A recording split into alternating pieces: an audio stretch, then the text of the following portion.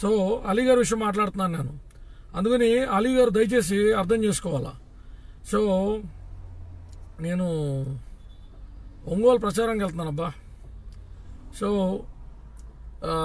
అర్థం చేసుకోవాలి అలీ గారు దయచేసి. మీ మాటల్లో నేను ఎక్కడ మిమ్మల్ని అనలేదు, మీరు నన్ను అన్నారు, లేదా పక్కనున్న వాళ్ళు ఎవరో ప్రభావితం చేయడం వాళ్ళు మాట్లాడారు అంటే ఖచ్చితంగా పక్కనున్న వాళ్ళు అడుగుతారండి. పక్కనున్న వాళ్ళు ప్రభావితం చేస్తే ప్రభావితం చేయబడ్డ వ్యక్తి కాదు పవన్ కళ్యాణ్ గారు. పక్కనున్న వాళ్ళు ఏమని అడుగుతారంటే అదేనండి అంత నమ్మకంగా మీ పక్కన పెట్టి తిప్పుకునేవారు. 10 సినిమాలు అలీ గారు కాకుండా ఇండస్ట్రీకి వేరేవారు సమకాలీన కమీడియన్స్ లేనట్టుగా మీరు బ్రహ్మానందం గారికి ఇలాంటి పెద్దలందరికీ కంటే కూడా అలీ గారికి ఎక్కువ అవకాశాలు ఇచ్చారు. ఆయన ఏంటంటే మీ నాయకత్వం మీద నమ్మకం లేదా పక్క బయటలోకి వెళ్ళిపోయారని అడుగుతారండి. ఒకరు కాదు 100 మంది 1000 మంది అడుగుతారు. ఎందుకంటే ఇప్పుడు నా కూడా తిరిగేటువంటి కుర్రోళ్ళే ఓ సంవత్సరం తిరిగి ఆ సంవత్సరం తర్వాత వాళ్ళకేదో పై ఇచ్చిందో పక్క వెళ్ళిపోయారు అనుకోండి, దానికో నన్నే 100 మంది అడుగుతారు ఏమంటే పలానా కుర్రోడు ఏమైపోయాడండి అని. అందుకని పెద్ద లీడర్ని ఖచ్చితంగా అడుగుతారు. అదేంటి అలీ గారు మీ ప్రాణమిత్రుడు అంటారు, ఆయన ఏం బోల్చాలు మీ పేరు చెప్పుకుంటారు, ఎలాగా ఒక రకమైన ఎండార్స్మెంట్ చేసుకున్నారు గత 10 సంవత్సరాలుగా. మరి అలాంటి అలీ గారు వెళ్ళిపోవడం అంటే ఆయన కూడా అడుగుతారండి. అడిగినప్పుడు ఆయన సమాధానం చెప్పాలి. ప్రజల్లో ఉన్నారు కదండి, సమాధానం చెప్పాలి. అంతేగాని సడన్ గా అలీ గారి ఇమేజ్ ని టార్నిష్ చేసేయడానికి అలీ గారు రాజమండ్రిలో కంటెస్ట్ చేయట్లేదు కదండి. మీరేం కంటెస్టెంట్ కాదు కదండి. ప్రత్యేకంగా మీ రాజకీయ భవిష్యత్తు మీద దెబ్బ కొట్టడానికి పవన్ కళ్యాణ్ గారు మాడాల్సిన అవసరం లేదు కదండి. కొన్ని లక్షల మందో 1000 మందో ఆయన తారసపడే వ్యక్తులు అదే నేను అలీ గారు వెళ్ళిపోయినప్పుడు అలీ గారు ఏంటి అలీ గారు ఆలోచన విధానం అంటే కాస్త ప్రజల ముందు ఆవిష్కరించేటువంటి ప్రయత్నం చేశారు తప్ప మీ గురించి ఆయన కూడా ఎక్కడ చెడ్డగా మాట్లాడలేదు కదండి. ఇక కష్టాల్లో ఏం చేశారు, మెటీరియలిస్టిక్ బెనిఫిట్స్ నేను ఏం పొందాను, నా అకౌంట్లోకి మీరు ఏమైనా ₹2,00,00,000 కొట్టారా, లేదా నాకు ఏమైనా సినిమా అవకాశాలు ఇప్పించారా అంటే ఇక వాటి గురించి మనం ప్రస్తావించుకుంటా పోతే చాలా దూరం వెళ్తుంది కట్టండి. అలీ గారు సాయం పొందినటువంటి వ్యక్తులు ఏం మాట్లాడినా పర్లేదండి, తప్పులేదు. పొందామని ఎండార్స్ చేయక్కర్లేదు, పొందలేదని చెప్పినా మాకు వచ్చే ప్రాబ్లం లేదు. ఇంకా పరిగెట్టుకుని మెగా కుటుంబం అయితే వాటి గురించి ఎండార్స్ చేసుకుంటే వెళ్ళాలేమో. ఇంకా బహుశా వాళ్ళు కూడా నేర్చుకోవాలి, ట్రెండ్ బట్టి నేర్చుకోవాలి. ఎందుకంటే సమకాలీన రాజకీయ వ్యవస్థలో ఏ రోజు కూడా జోబులోంచి డబ్బులు తీసి పలానా పండు కొనుక్కున్నానో పలారం కొనుక్కున్నానో ఎక్కడ ఎప్పుడు ఇవ్వనటువంటి జగన్మోహన్ రెడ్డి గారినో చంద్రబాబు నాయుడు గారినో ప్రజల నుంచి తీసుకున్నటువంటి పనులనే వాటి మీద కూడా చంద్రన్న పథకం అని జగనన్న నవరత్నాలని పబ్లిష్ చేసుకునే పబ్లిక్ మనీ మీద పబ్లిక్ మనీని పబ్లిక్ ఖర్చు పెడుతూ ఆ పథకాల రూపకల్పన మీద వీళ్ళు చేసిన మేధో మాత్రం వీళ్ళ ఇంటెలిజెన్స్ గురించి వీళ్ళ పేర్లు వీళ్ళ ఫోటోలు వేసుకుని మళ్ళీ ప్రజల డబ్బులతోనే పెద్ద పెద్ద హోర్డింగ్స్ పెట్టించుకునే విధానాలు చూసి మెగా వ్యాన్ నేర్చుకోవాలి. ఎండలో తడిసి ఎండలో ఎండి వానలో తడిసి మొఖానికి రంగులు వేసుకుని రకరకాల ఎలర్జీలు తెచ్చుకుని సంపాదించుకునే డబ్బులని మీకు కూడా తెలుసు కదా సార్. సినిమా ఇండస్ట్రీలో మీరు మేకప్ వేసుకుని చాలా కష్టపడతారు. మీకు ఆ కష్టార్జితం ఇచ్చే మీ నాన్నగారి పేరు మీద మీరు కూడా చాలా సేవా కార్యక్రమాలు చేస్తున్నారని చెప్పారు. అది మీకు కష్టార్జితాన్ని ఖర్చు పెట్టడం ఉండేటువంటి విషయం మీకు తెలుసు కదా సార్. అందరి వల్ల అవుతుంది కదండి.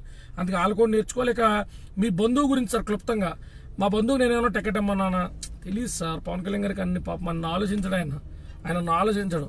అలీ గారు మనిషి అని చెప్పారు, ఎండార్స్ చేశాడు, ఓకే రైట్, మనిషి మనం పరిశీలించాం, మంచి బాధ్యతలు అప్పగిద్దాం, ఎంపీ కానీ ఎమ్మెల్యే కింద ఎదగనిద్దాం, స్కోప్ ఇద్దాం అనే ఆలోచన ఆయనకి తెలియదు సార్. ఫోన్ చేసి అలీ ఏంటి మరి పరిస్థితి ఏంటి, మీ చుట్టాలకు టికెట్ ఇద్దాం అనుకుంటున్నా, నువ్వు వచ్చేమన్నా ప్రచారం చేస్తావు, ఇలా బేరాలు పెట్టడం నిజంగా నేర్చుకోవాలి సార్. పవన్ కళ్యాణ్ గారు నేర్చుకోవాలండి. ఎందుకంటే డైరెక్ట్ గా మీరు వచ్చేసి నాకు ప్రజాసేవ చేయడానికి వేదిక కావాలన్నదని ఎక్కడ అంటారేమో అని చూసా.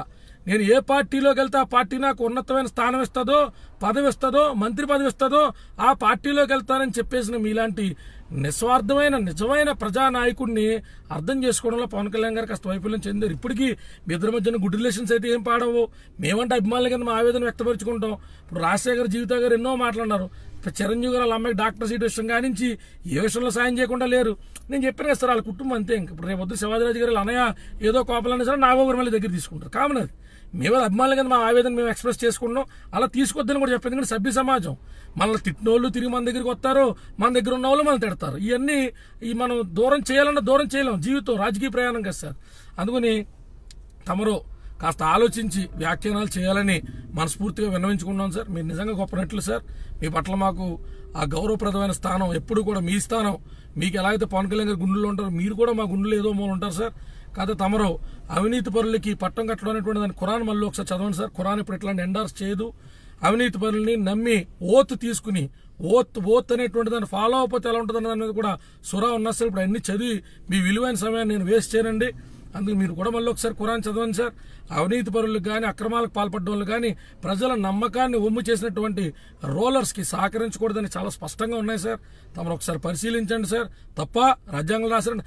రాజ్యాంగంలో చట్టాలు రాస్తారు తప్ప తప్పుల్ని ఎలా జస్టిఫై చేయాలో చెప్తారు తప్ప, తప్పు చేసిన ఎలా శిక్ష పడాలో చెప్తారు తప్ప, మనుషుల ఆలోచనలు తప్పుడోళ్ళు కూడా ఎలా చూడాలి, అలా చూడకపోతే ఎలాగా అని రాయరికిస్తారు. అంటే మనుషులు భావాల గురించి రాజ్యాంగంలో రాసుకునే స్థాయికి ఇంకా మనం ఎదగలేదు. కాబట్టి తమరి దృష్టిలో తమరి కోణంలో జగన్మోహన్ రెడ్డి గారు రెనౌండ్ లీడరు, ఆయన మీద ఉత్తుత్తిన ఆరోపణలు వచ్చినాయి.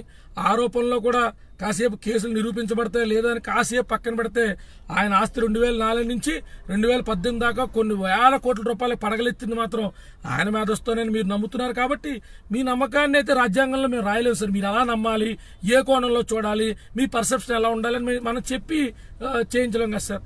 అందుకు తమకు నచ్చిన పార్టీలో తమరు ఉండండి సార్. పవన్ కళ్యాణ్ గారు కూడా ప్రజా జీవితంలో ఉన్నప్పుడు ప్రజలు అడుగుతారు. కాబట్టి మీకు కూడా తిరిగి ఇప్పుడు త్రివిక్రమ్ శ్రీనివాస్ గారు సడన్గా వెళ్ళి జై చంద్రబాబు నాయుడు గారు అన్నారు అడుగుతారు సార్. అడిగినప్పుడు చెప్పాల్సి వస్తుంది సార్. అలా త్రివిక్రమ్ గారి గురించి అడిగినప్పుడు చెప్పాల్సి వస్తుంది, ఒకవేళ సునీల్ గారి గురించి అడిగితే చెప్పాల్సి వస్తుంది. పవన్ కళ్యాణ్ గారితో ఎక్కువ అసోసియేట్ ప్రజల్లో ఉన్నప్పుడు వాళ్ళు ఏమైపోయారంటే చెప్పాలి. ఆఫ్టర్ ఆల్ బచ్చాగాళ్ళం కార్యకర్తలు మేమే ఈ పార్టీలో ఆ పార్టీలోకి వెళ్తే అడుగుతారు, విలేకరులు అడుగుతారు. ఏమైందని మొన్నటిదాకా ఆమ్ డూమ్ అన్నాడు, ఆంజనేయ స్వామి అన్నాడు, ఏంటి సార్ ఎలా ఎగురు అలా కుప్పుకొని తీసి ఎలక్షన్ అవగానే ఆ పార్టీలోకి అడుగుతారు. అడిగినప్పుడు ఖచ్చితంగా లేదండి ఆ ఎదురు ఇలాగని చెప్పాల్సి వస్తుంది కదా సార్. ఉన్న వాస్తవాలు చెప్పాల్సి వస్తుంది కదా సార్. అలాగే సార్ ఉన్నాం సార్. మరి జై జనసేన, జై హింద్ సార్.